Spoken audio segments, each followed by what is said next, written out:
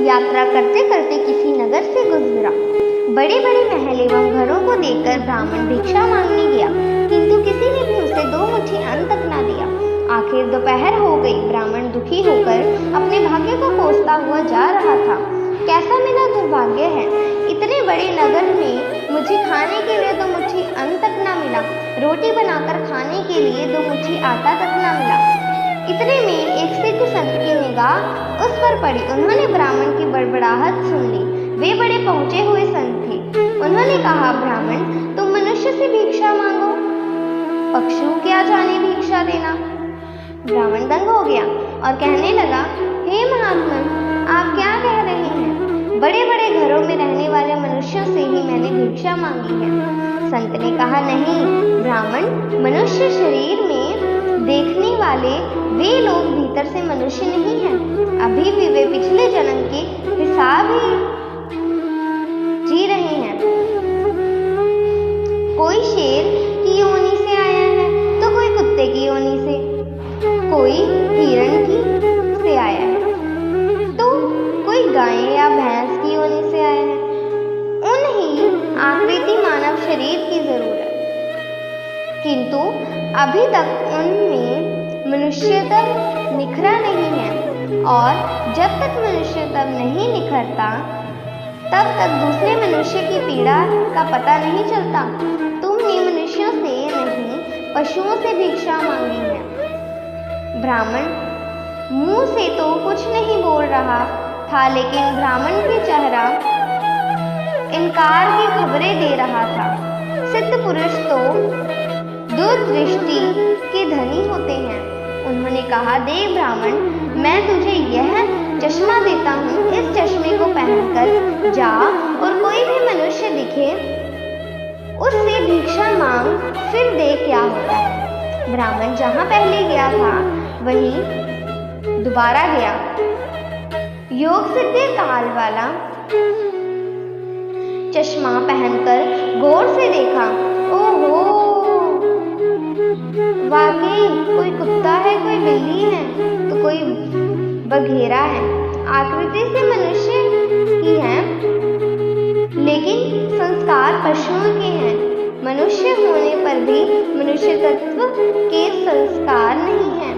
घूमते घूमते वह ब्राह्मण थोड़ा सा आगे गया तो देखा कि एक मोची जूते सील रहा है। ब्राह्मण ने उसे गौर से देखा तो उसने मनुष्यत्व का निखार पाया। ब्राह्मण ने उस पर पास जाकर कहा, भाई, तेरा धंधा तो बहुत हल्का है और मैं हूँ ब्राह्मण, रीति रिवाज एवं कर्मकांड को बड़ी चुस्ती से पालता हूँ। मुझे बड़ी भूख लगी है, लेकिन तेरे हाथ का नहीं खाऊंगा।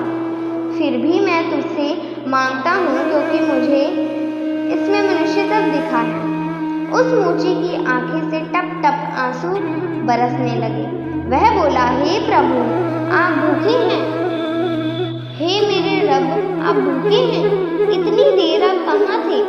यह कहकर मोची उठा एवं जूते सील कर टका। आना दो आना वगैरह जो इकट्ठे किए थे, उस चिल्लर को लेकर हलवाई की दुकान पर पहुंचा और बोला, हे हलवाई, मेरे इन भूखे भगवान की सेवा कर लो। ये चिल्लर यहाँ रखता हूँ। जो कुछ भी सब्जी, पराठे, पूड़ी, पकवान आदि दे सकते हो वे इन्हें दे दो, मैं अभी आता हूँ। यह कहकर मोची भागा। घर जाकर उस राज्य का राजा जूतियों का बड़ा शौकीन था। उस दिन भी उसने कई तरह की जूतियां पहनी, किंतु किसी के बनावट उसी पसंद नहीं आई, तो किसी का नाप नहीं आया। 2-5 बार प्रयत्न करने पर भी राजा को कोई पसंद नहीं आया, तो मंत्री से क्रुद्ध होकर बोले, अगर इस बार दंड की जूती लाया तो जूती वाले को इनाम दूंगा, और ठीक नहीं आया तो मंत्री के बच्चे तेरी खबर ले लूंगा। देवयोग से मंत्री की नजर मोची के रूप में खड़े असली मानव पर पड़ गई, जिसमें मानवता खिली थी, जिसकी आंखों में कुछ प्रेम के भाव थे, चित्त में दया करुणा थी। मंत्री ने मोची से जूती ले ली एवं राजा के पास ले गया। राजा को वह जूती एकदम फिट आ गई, मानो वह जूती राजा के नाप की ही बनी थी। राजा ने कहा, ऐसी मोची को बुलाया गया। उसको देखकर राजा की भी मानवता थोड़ी खिली। राजा ने कहा, जूती तो 5 रुपए होते हैं, किंतु यह 5 रुपयों वाली नहीं, 500 रुपए वाली जूती है। जूती बनाने वाले को 500 और जूती के 500 कुल 1000 रुपए दे दो। मोची बोला, राजा साहेब तनिक ठहरिए, यह जूती मेरी नहीं है, जिसकी है उसे मैं अभी ले आता हूँ। मोची जाकर विनयपूर्वक ब्राह्मण को राजा के पास ले आया एवं राजा से बोला, राजा साहेब, यह जूती इनकी है। राजा ने ब्राह्मण से पूछा तो ब्राह्मण ने कहा, मैं तो ब्राह्मण हूँ, यात्रा करने निकला हूँ। राजा, मोची जूती तो तुम बेच रहे थे। इस ब्राह्मण ने जूती कब खरीदी और बेची? मोची ने कहा, राजा, मैंने मन में ही संकल्प कर लिया था कि जूती की जो रकम आएगी वह इन ब्राह्मण देव की होगी। जब रकम इनकी है तो मैं इन रुपयों को कैसे ले सकता हूँ? इसलिए मैं इन्हें ले आया हूँ। न जाने किस जन्म में मैंने दान करने का संकल्प किया होगा और मुकर गया होऊंगा, तभी तो मैंने यह मोची का चोला मिला है। अब भी यदि मुकर जाऊं तो न जाने मेरी कैसी दुर्गति हो। इसलिए राजन, ये रुपए मेरे नहीं हुए। मेरे मन में आ गया था कि यह जूती की रकम इनके लिए होगी, फिर 5 रुपए मिलते तो भी इनके होते और 1000 मिल रहे हैं तो भी इनके ही हैं।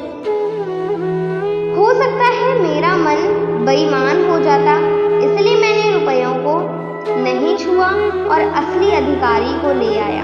राजा ने आश्चर्यचकित होकर ब्राह्मण से पूछा, ब्राह्मण, मोची से तुम्हारा परिचय कैसे हुआ? ब्राह्मण ने सारी आप बीती सुनाई तो सिद्ध पुरुष के चश्मे वाली आपके राज्य में पशुओं के दीदार तो बहुत हुए, लेकिन राजा ने चश्मा लगाकर देखा तो दरबारी वगैरह में उसे भी कोई सियार दिखा तो कोई हिरण, कोई बंदर दिखा तो कोई रीछ।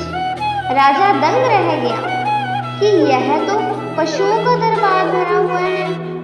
उनके मन में आया कि ये सब पशु के तो मैं कौन हूँ?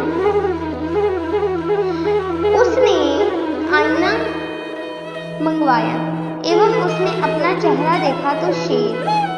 उसको आश्चर्य की सीमा ना रही। ये सारे जंगल के प्राणी और मैं जंगल का राजा शेर, यहाँ भी इनका राजा बना बैठा हूँ। राजा ने कहा, ब्रह्मांड देव योगी महाराज का यह चश्मा तो बड़ा गजब का है।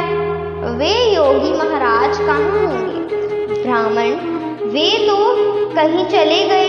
ऐसे महापुरुष कभी कभी ही और बड़ी कठिनाई से मिलते हैं।